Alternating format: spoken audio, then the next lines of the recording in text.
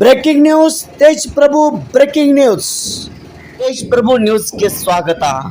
ಪ್ರತಿ ವರ್ಷದಂತೆ ಈ ವರ್ಷವೂ ಸಂಕೇಶ್ವರ್ ಹಳೆ PB ರಸ್ತೆಯ ಏಷಾಗೋಳ್ ಕಾಲನಿಯಲ್ಲಿ ದಿನಾಂಕ 23 ಏಪ್ರಿಲ್ 2024ರಂದು ಶ್ರೀ ಹನುಮ ಜಯಂತಿಯನ್ನು ವಿಜೃಂಭಣೆಯಿಂದ ಆಚರಣೆ ಮಾಡಲಾಯಿತು.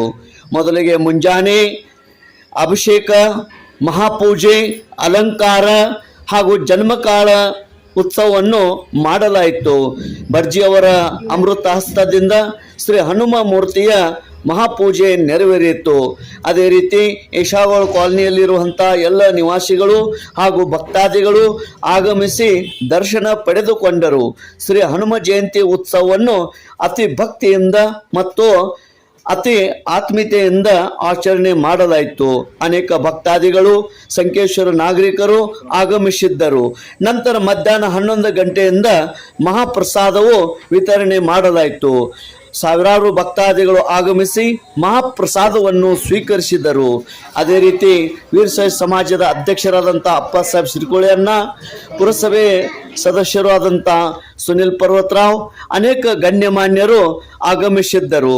ಅದೇ ರೀತಿ ಶ್ರೀ ಚಂದ್ರಶೇಖರ್ ಏಷಾಗೋಳ್ ಸರ್ ಇವರ ಮಾರ್ಗದರ್ಶನದಲ್ಲಿ ಈ ಶ್ರೀ ಹನುಮ ಜಯಂತಿ ಉತ್ಸವ ನಡೆಯಿತು.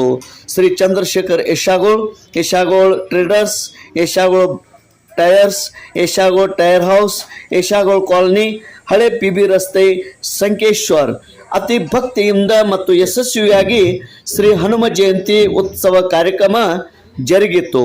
ತೇಜ್ ಪ್ರಭು ನ್ಯೂಸ್, ಸಂಕೇಶ್ವರ್.